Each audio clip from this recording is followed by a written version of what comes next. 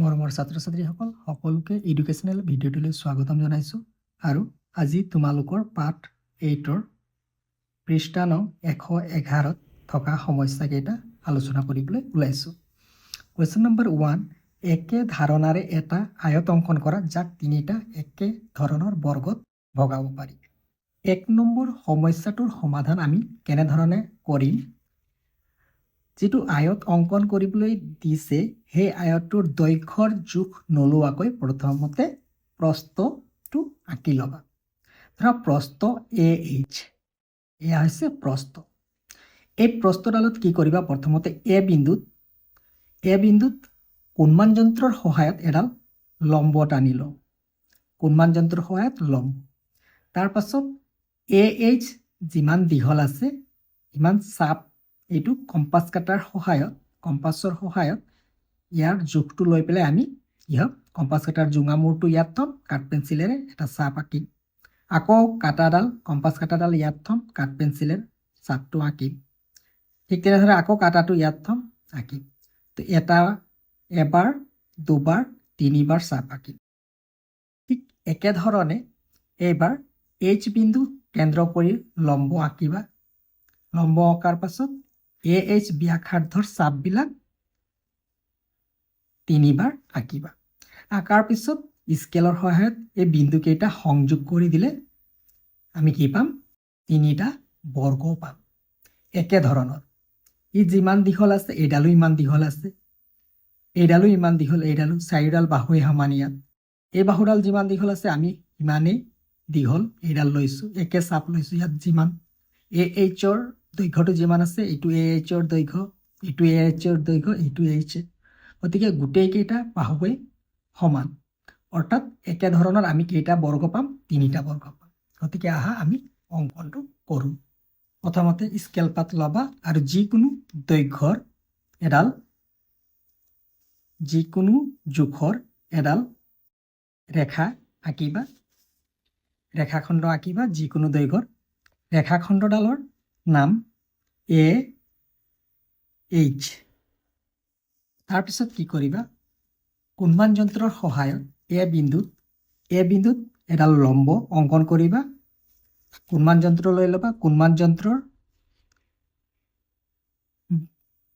এ বিন্দুৰ ওপৰত কোণমান যন্ত্ৰৰ কেন্দ্ৰবিন্দু আৰু বাহুডাল অৰ্থাৎ AH ৰেখাডাল কোণমান যন্ত্ৰৰ এই আঁচডালৰ ওপৰত মিলি যোৱাকৈ ৰাখিবা। তাৰপিছত 90 ডিগ্ৰী ক'ত আছে? 90 ডিগ্ৰীৰ কাৰণে চিনটো দিয়া হ'ল। তাৰপিছত এ বিন্দুৰ পৰা 90 ডিগ্ৰী এই চিনটোলৈ যিডাল ৰেখা টানিবা সেয়াই হ'ব লম্ব। এ বিন্দুত AHৰ ওপৰত লম্ব এনেকৈ এডাল টানিবা, এয়া হৈছে লম্ব। AHৰ ওপৰত লম্ব। তাৰপিছত কি কৰিবা? তাৰপিছত কম্পাছ কাটাডাল ল'বা। কম্পাছ কাটা লৈ তোমালোকে AH কিমান দীঘল আছে সেইটো জুখিবা। AH। তাৰপিছত তোমালোকে এ বিন্দুত কম্পাছৰ জোঙা মূৰটো থবা, থৈ পেলাই চাপ এটা আঁকিবা। তাৰপিছত জোঙা মূৰটো এইটো বিন্দুত থবা, আকৌ চাপ আঁকিবা, দুটা চাপ। আকৌ জোঙা মূৰটো ইয়াত থবা, চাপ আঁকিবা। তিনিটা বৰ্গ বনাবলৈ কৈছে, তিনিটা চাপ আঁকিবা। ঠিক একেধৰণে যেনেধৰণে আমি এ বিন্দুক কেন্দ্ৰ কৰি তিনিটা চাপ অংকন কৰিলোঁ, তাৰপিছত H বিন্দুক কেন্দ্ৰ কৰি কম্পাছ কাটাডাল মিলাই যাতে কেন্দ্ৰবিন্দুটো H বিন্দুৰ ওপৰত থাকে আৰু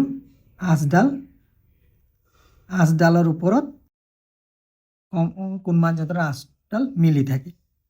90 ডিগ্ৰী এইখিনিত হৈছে। গতিকে তোমালোকে AH লম্বডাল অংকন কৰিবা।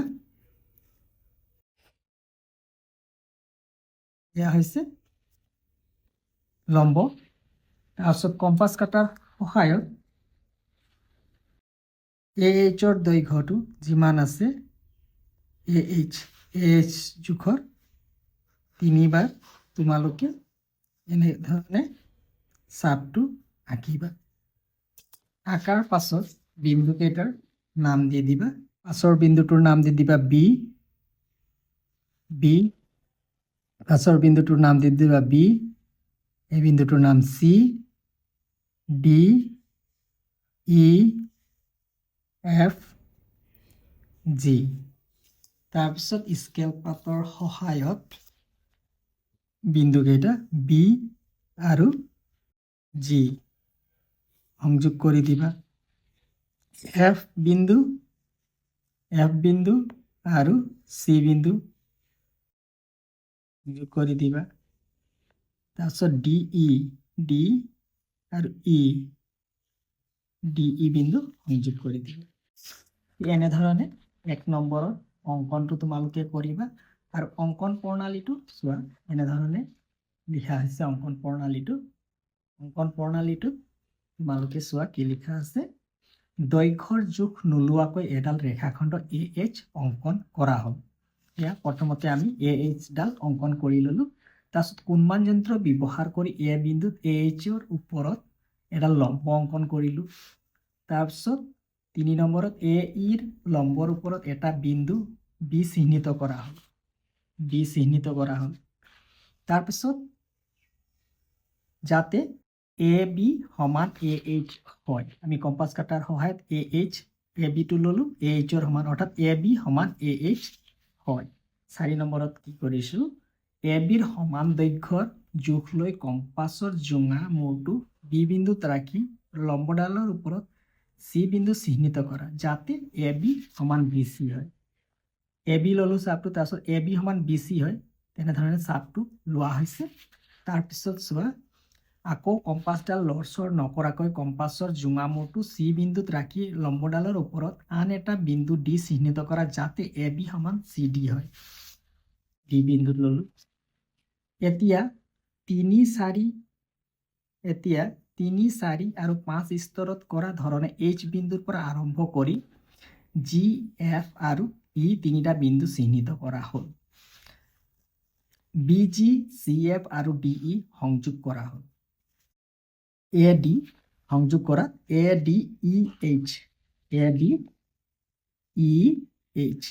ADEH আয়তটোৱেই হ'ল আমি অংকন কৰিবলগীয়া আয়ত। ইয়াত একেধৰণৰ বৰ্গ 3টা হ'ল ABGH, BC, FG, CDEF। এই 3টা একেধৰণৰ বৰ্গ ABGH, BC, FG, CDEF।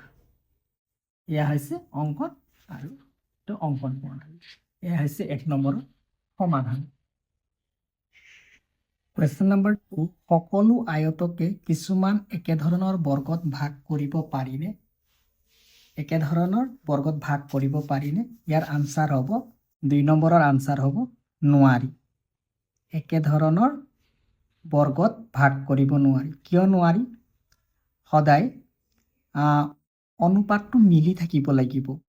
যদি আয়তৰ প্ৰস্থ 1 হয়, দৈৰ্ঘ্য 2 হ'ব লাগিব, তেতিয়া আমি কি পাম? দুটা একেধৰণৰ বৰ্গ পাম। যদি প্ৰস্থ 1, দৈৰ্ঘ্য 2 বা প্ৰস্থ 1, দৈৰ্ঘ্য 3, এনেধৰণৰ অনুপাত মিলি থাকিলে আমি কি পাম? একেধৰণৰ বৰ্গ পাম।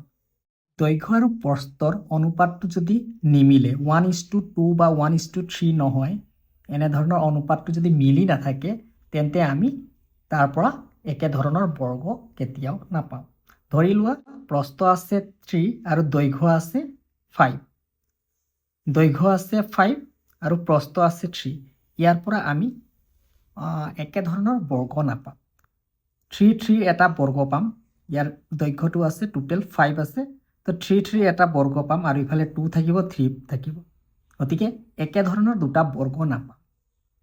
ঠিক একেধৰণে যদি 4 লেন্থটো ঠিক একেধৰণে প্ৰস্থটো যদি 4 আছে আৰু দৈৰ্ঘ্যটো 7 আছে তো 4ৰ এটা পাম আৰু ইফালে 3 4 থাকি যাব গতিকে আমি একেধৰণৰ বৰ্গত ভাগ কৰিব নোৱাৰিম গতিকে আমি সকলো আয়তকে কিছুমান একেধৰণৰ বৰ্গত ভাগ কৰিব নোৱাৰিম যদি নোৱাৰি সেই আয়তটোৰ বাহুৰ দৈৰ্ঘ্য কিমান হ'ব যেটো দুটা একেধৰণৰ বৰ্গত ভাগ কৰিব নোৱাৰি এয়া দুটা একেধৰণৰ বৰ্গত ভাগ কৰিব নোৱাৰাৰ উদাহৰণ এটা হৈছে দৈৰ্ঘ্যটো যদি 3 হয় প্ৰস্থটো যদি 3 হয় আৰু দৈৰ্ঘ্যটো যদি 5 হয় ধৰা দৈৰ্ঘ্যটো যদি আয়তটোৰ প্ৰস্থ 3 সেন্টিমিটাৰ হয় আৰু দৈৰ্ঘ্যটো 5 সেন্টিমিটাৰ হয় তেন্তে আমি এই আয়তটোৰ পৰা দুটা একেধৰণৰ বৰ্গ কেতিয়াও নাপাওঁ এটো এ নম্বৰৰ ছবিটো হ'ব তাৰপিছত বি নম্বৰৰ ছবি তিনিটা একেধৰণৰ বৰ্গত ভাগ কৰিব নোৱাৰি তিনিটা একেধৰণৰ বৰ্গত ভাগ কৰিব নোৱাৰাৰ এটা আয়তৰ উদাহৰণ এয়া লৈছিলো প্ৰস্থটো যদি 4 সেন্টিমিটাৰ থাকে আৰু দৈৰ্ঘ্যটো 7 সেন্টিমিটাৰ তেন্তে আমি তিনিটা একেধৰণৰ বৰ্গ কেতিয়াও নাপাওঁ এয়া হৈছে বি নম্বৰৰ আনসাৰ 129 পৃষ্ঠাত দিয়া আছে অঙ্কন কৰো আহা এটা আয়ত অঙ্কন কৰা যাৰ এডাল কৰ্ণই বিপৰীত কোণবোৰক তলত দিয়া কোণত বিভক্ত কৰে আয়ত এটাৰ এয়া হৈছে আয়ত এটাৰ এইডাল কৰ্ণই কোণটোক কিমানত ভাগ কৰে 20 এটো 20 ডিগ্ৰী হলে এয়া 20 ডিগ্ৰী হ'ব 70 ডিগ্ৰী 70 ডিগ্ৰী 70 ডিগ্ৰীত কৰ্ণডালে ভাগ কৰিছে এতিয়া আমি অঙ্কন কৰিব লাগে কোণ দুটা দিয়া আছে 20 আৰু 70 আমি কেনে ধৰণে আয়তটো অঙ্কন কৰিম সোৱা আয়তটো আমি কেনে ধৰণে অঙ্কন কৰিম আৰু অঙ্কন প্ৰণালীটো লিখিব লাগিব প্ৰথমতে তোমালোকে স্কেল পাতৰ সহায়ত এডাল ৰেখাখণ্ড অঙ্কন কৰি লবা স্কেল পাতৰ সহায়ত এডাল ৰেখাখণ্ড প্ৰথমতে ৰেখাখণ্ড এডাল অঙ্কন কৰি লবা ৰেখাখণ্ড এ বি অঙ্কন কৰা হল এতিয়া কোণমান যন্ত্ৰৰ সহায়ত এ বিন্দুত 20 ডিগ্ৰী কাৰণ প্ৰথম প্ৰশ্নটো দিয়া আছে কিমান 20 ডিগ্ৰী আৰু 70 ডিগ্ৰী গতিকে 20 ডিগ্ৰী আঁকিবৰ বাবে কোণমান যন্ত্ৰটো লৈ তোমালোকে 20 ডিগ্ৰী কোণটো আঁকি লবা প্ৰথমতে 20 ডিগ্ৰী কোণটো আঁকিবৰ বাবে কোণমান যন্ত্ৰৰ কেন্দ্ৰবিন্দুটো এ বিন্দুৰ ওপৰত মিলাবা ফালে কোণমান যন্ত্ৰৰ বাহুডাল আৰু এ বি বাহুডালৰ ওপৰত মিলাকৈ ধৰিবা 20 ডিগ্ৰী 20 ডিগ্ৰীত এটা বিন্দু দি তাৰপিছত তোমালোকে এৰ পৰা টানি দিলা এডাল টানি দিলা ধৰা এডাল এ ই এইডাল এ ই ইয়াৰ কৰ্ণ হল এতিয়া তোমালোকে কি কৰিবা এ বি ৰেখাখণ্ডৰ বি বিন্দুত এটা লম্ব টানিবৰ কাৰণে কোণমান যন্ত্ৰ ব্যৱহাৰ কৰি টানিব পাৰিবা বিন্দুটোৰ লগত বি বিন্দুটোৰ লগত মিলাবা আৰু বাহুডাল মিলাবা মিলোৱাৰ পাছত 90 ডিগ্ৰী পোনে আঁচডাল 90 ডিগ্ৰীৰ পোনে বিন্দু এটা দিবা আৰু স্কেলৰ সহায়ত এয়া হৈছে লম্ব এই লম্বডালে এ ই ৰেখাডালক কি বিন্দুত কাটিছে সি বিন্দুত কাটিছে ধৰা এই বিন্দুটোৰ নাম দিলা কটাকটি কৰা বিন্দুটো সি এ ই ৰেখাডালক কি বিন্দুত কাটিছে সি বিন্দুত কাটিছে এয়া হৈছে সি এতিয়া কোণমান যন্ত্ৰৰ সহায়ত আৰু দুটা তোমালোকে কি আঁকিব পাৰিবা ইয়াত লম্ব ইয়াত ই বিন্দুত এডাল লম্ব আৰু সি বিন্দুত এটা লম্ব আঁকি আমি আৰু চতুৰ্থ শীৰ্ষবিন্দুটো উলিয়াব পাৰিম নতুবা কম্পাছৰ সহায়তো আমি কি কৰিব পাৰিম চতুৰ্থ শীৰ্ষবিন্দুটো উলিয়াব পাৰিম চতুৰ্থ শীৰ্ষবিন্দুটো উলিয়াবৰ বাবে কম্পাছ কাটাৰ সহায়ত কেনেকৈ জোখটো লবা চোৱা এইটো জোখ লবা বি বিন্দুত কাটাটো থৈ চি বিন্দুত ইয়াৰ জোখটো লৈ এতিয়া এনেধৰণে ইয়াত থৈ পেলাই এই ধৰণে আঁকিব পাৰিবা ইয়াৰ চাপটো আকৌ এ বিৰ চাপ বি চিৰ চাপটো আঁকিলা এতিয়া এ বি কিমান দীঘল আছে এই জোখটো লৈ পেলাই চি বিন্দুত থৈ এনেকৈ কটাকটি যিটো বিন্দুত কটাকটি কৰিলে তাৰ পৰা ইয়ালৈ বিন্দুটোৰ নাম দি দিবা বিন্দুটোৰ নাম ধৰা ডি বিন্দু এতিয়া এ ডি আৰু চি ডি সংযোগ কৰিলে এটা আয়ত পোৱা যাব আৰু বেলেগ পদ্ধতিটো আৰু অন্য পদ্ধতি হিচাপে আমি কি কৰিব পাৰোঁ কুণমান যন্ত্ৰ ব্যৱহাৰ কৰিব পাৰোঁ কুণমান যন্ত্ৰৰ সহায়ত কুণমান যন্ত্ৰটো এইটো বিন্দুৰ লগত কেন্দ্ৰবিন্দুটো মিলাই এনেধৰণে এনেকৈ লম্ব এডাল টানিব পাৰোঁ ইয়াৰ পৰা ঠিক ইয়াতো লগাই পেলাই লম্বডাল টানিব পাৰোঁ আৰু লম্বডালে যিটো বিন্দুত কটাকটি কৰে সেই বিন্দুটো ডি বিন্দু দি পেলাই আমি আয়তটো অংকন কৰিব পাৰোঁ গতিকে দুইটা পদ্ধতিৰ যিকোনো এটা পদ্ধতিৰে আয়তটো তোমালোকে অংকন কৰিব পাৰিবা এয়া হৈছে অংকন কৰিবলগীয়া আয়তটো আৰু ইয়াৰ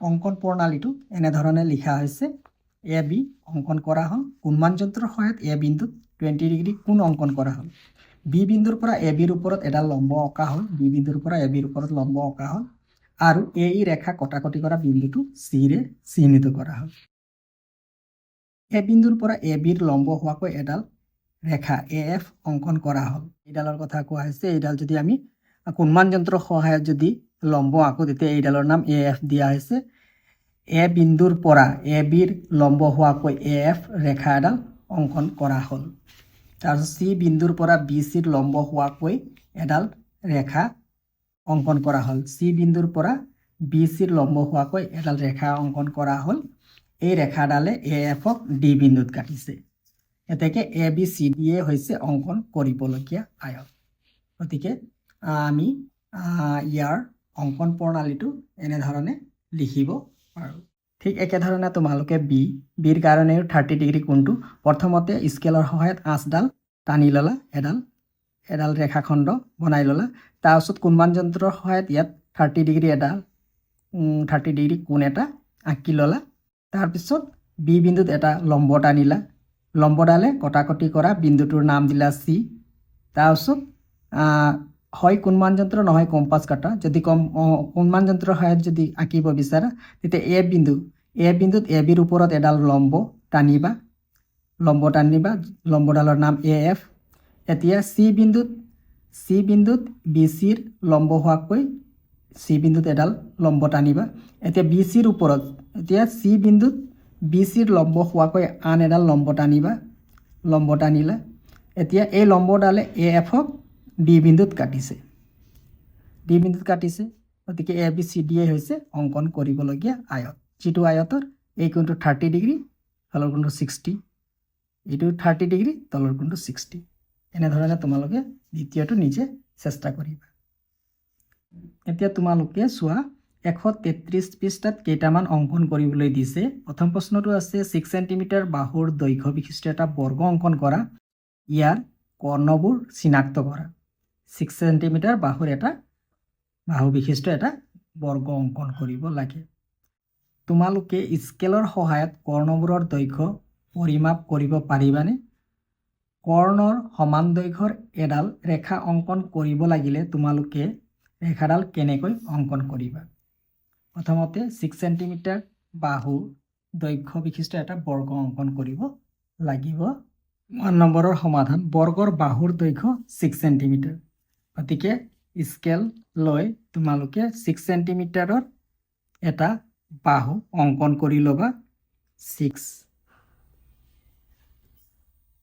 সেন্টিমিটাৰত এডাল বাহু অংকন কৰি ল'বা প্ৰথমতে আৰু বাহুডালৰ নাম এ বি এডাল 6 সেন্টিমিটাৰ দৈৰ্ঘ্যৰ বাহু এতিয়া তোমালোকে কি কৰিবা বি বিন্দুত এ বিৰ এডাল লম্ব অংকন কৰিবা বি বিন্দু ওপৰত কেন্দ্ৰবিন্দুটো মিলাবা বাহুডাল মিলাবা, মিলোৱাৰ পাছত 90ৰ পোনে পোনে এটা বিন্দু দিবা। বিন্দু দি তোমালোকে এডাল লম্বডাল বি বিন্দুৰ ওপৰত লম্বডাল টানি দিবা। তাৰপিছত চোৱা এ বি কিমান দীঘল আছে কম্পাছ কাটাৰ সহায়ত এ বিৰ সমান জোখ লৈ ল'বা। লোৱাৰ পাছত বি বিন্দুক কেন্দ্ৰ কৰি চাপ এটা আঁকিবা। এয়া চোৱা, এয়া যিমান দীঘল আছে এ বি তাৰ সমান এটা চাপ আঁকিবা। তাৰপিছত চাপটোৱে যিটো বিন্দুত কটাকটি কৰিলে লম্ব সেই বিন্দুটোৰ নাম চি দি দিলা। এ হ'ল এইটো বি চি। চি বিন্দুক কেন্দ্ৰ কৰি কম্পাছ কাটাডাল লৰচৰ নকৰাকৈ আন এটা চাপ অংকন কৰিবা। চি বিন্দুৰ পৰা চাপটো আঁকিলা, আকৌ কম্পাছ কাটাডাল লৰচৰ নকৰাকৈ উঠাই আনি এ বিন্দুক জোঙা মূৰটো থৈ আন এটা চাপ অংকন কৰিবা।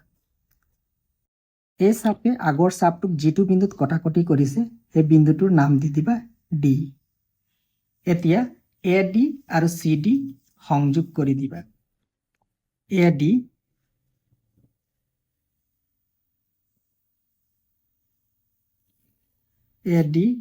আৰু চি ডি সংযোগ কৰি দিবা। সংযোগ কৰি দিয়াত আমি কি পালোঁ? এটা 6 সেণ্টিমিটাৰ দৈৰ্ঘ্য বিশিষ্ট এটা বৰ্গ। বৰ্গটো অংকন কৰা হৈ গ'ল। এতিয়া ইয়াৰ কৰ্ণবোৰ চিনাক্ত কৰা। কৰ্ণ অৰ্থাৎ আমি কৰ্ণ আঁকিবলৈ হ'লে ইয়াৰ পৰা এ আৰু চি সংযোগ কৰিব লাগিব। এ আৰু চি, ইয়াৰ পৰা চি লৈ টানিবা। এ আৰু চি এইডাল হৈছে এডাল কৰ্ণ আৰু বি আৰু ডি এইডাল এডাল কৰ্ণ। কৰ্ণ কেইডাল পালোঁ? কৰ্ণ দুডাল পালোঁ। কৰ্ণ দুডাল হ'ল এ চি আৰু বি ডি। কৰ্ণ দুডাল হ'ল এ চি আৰু বি ডি। তোমালোকে স্কেলৰ সহায়ত কৰ্ণবোৰৰ দৈৰ্ঘ্য পৰিমাপ কৰিব পাৰিবানে? পাৰিবা। স্কেলৰ সহায়ত কৰ্ণবোৰ কিমান দীঘল আছে জুখিব পাৰি। ইয়াত কিমান আছে? 8.5 সেণ্টিমিটাৰ। কৰ্ণ দুডালৰ দৈৰ্ঘ্য কিমান? 8.5 সেণ্টিমিটাৰ। তাৰপিছত কি দিছে চোৱা, কৰ্ণৰ সমান দৈৰ্ঘ্যৰ এডাল ৰেখা অংকন কৰিব লাগিলে তোমালোকে ৰেখাডাল কেনেকৈ অংকন কৰিবা? কম্পাছ কাটাৰ সহায়ত অংকন কৰিব পাৰিম আমি। কাটাডাল এটা মূৰত জোঙা মূৰটো বিত থলা আৰু ইয়াৰ কাঠ পেঞ্চিল থকা মূৰটো ডি। এনেধৰণে এইটো জোখ ল'ব পাৰা নতুবা এইটো জোখ ল'ব পাৰা, কাৰণ কৰ্ণ সমান, বৰ্গ এটাৰ কৰ্ণ দুডাল সমান। গতিকে এনেধৰণে আমি কি ল'ব পাৰোঁ? আঁকিব পাৰিম। এনেধৰণে আমি কৰ্ণৰ সমান দৈৰ্ঘ্যৰ এডাল ৰেখা অংকন কৰিব লাগিলে আমি এই ধৰণে অংকন কৰিব পাৰোঁ। ইয়াত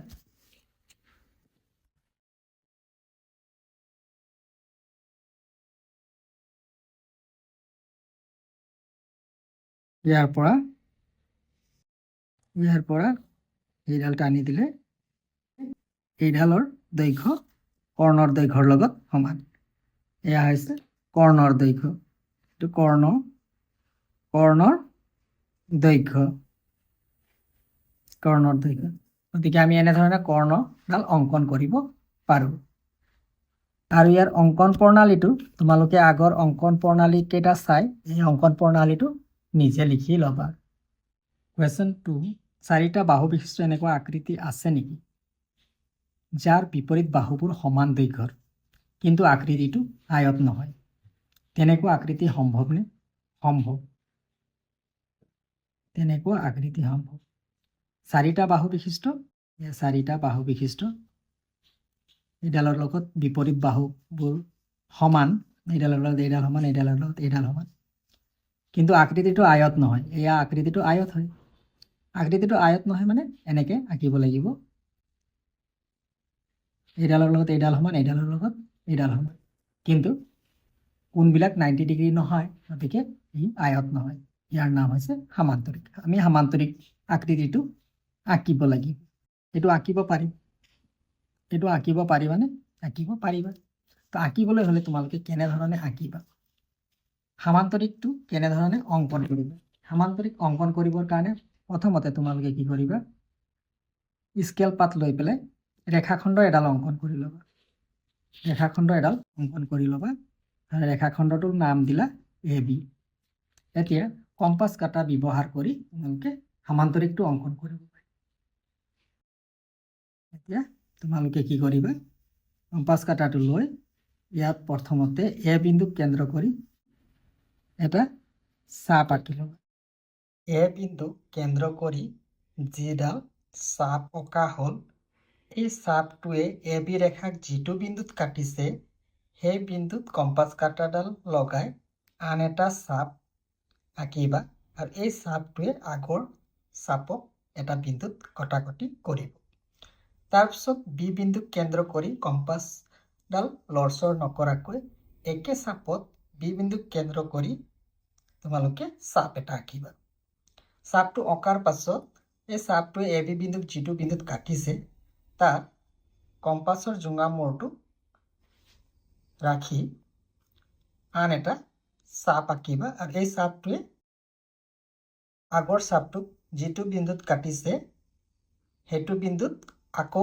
কম্পাছ কাটাডাল লগাবা লগোৱাৰ পাছত চাপটো আঁকিবা আৰু চাপটো অঁকাৰ পাছত প্ৰথম যিডাল B বিন্দুক কেন্দ্ৰ কৰি চাপ অঁকা হৈছিলে সেই চাপডালক এটা নিৰ্দিষ্ট বিন্দুত কাটিব সেই কটা বিন্দুটোত এটা তোমালোকে বিন্দু দি দিবা আৰু প্ৰথমত যিটো চাপ কাটিছে তাত বিন্দু দি দিবা তাৰপিছত কি কৰিবা এইটো বিন্দু কটাকটি কৰা বিন্দু আৰু A বিন্দুৰ মাজেৰে স্কেলৰ সহায়ত এডাল ৰেখাখণ্ড টানি ল'বা ইয়াত এডাল ৰেখাখণ্ড আৰু ইয়াত কটাকটি কৰা বিন্দু আৰু B বিন্দুৰ মাজেৰে আন এডাল ৰেখাখণ্ড তাৰপিছত তোমালোকে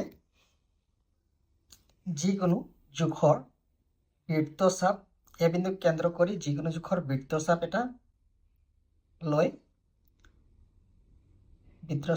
এনেধৰণে প্ৰথম যিডাল আঁচ টানিছা তাক কাটিবা তাৰপিছত সেই একে বৃত্তচাপ B বিন্দুক কেন্দ্ৰ কৰি ল'বা লোৱাৰ পাছত কটাকটি কৰা দুইটাতে আমি কটাকটি কৰা বিন্দু পাইছোঁ হয়নে এই কটাকটি কৰা বিন্দু দুটা স্কেলেৰে লগাই দিবা সংযোগ কৰি দিবা এনেধৰণে সংযোগ কৰাৰ পাছত আমি কি পালোঁ AB আৰু বিন্দুটোৰ নাম দি দিবা C এইটো বিন্দুৰ নাম D ABCD কি পালোঁ ABCD এটা সামান্তৰিক পালোঁ এয়াই হৈছে 2 নম্বৰৰ সমাধান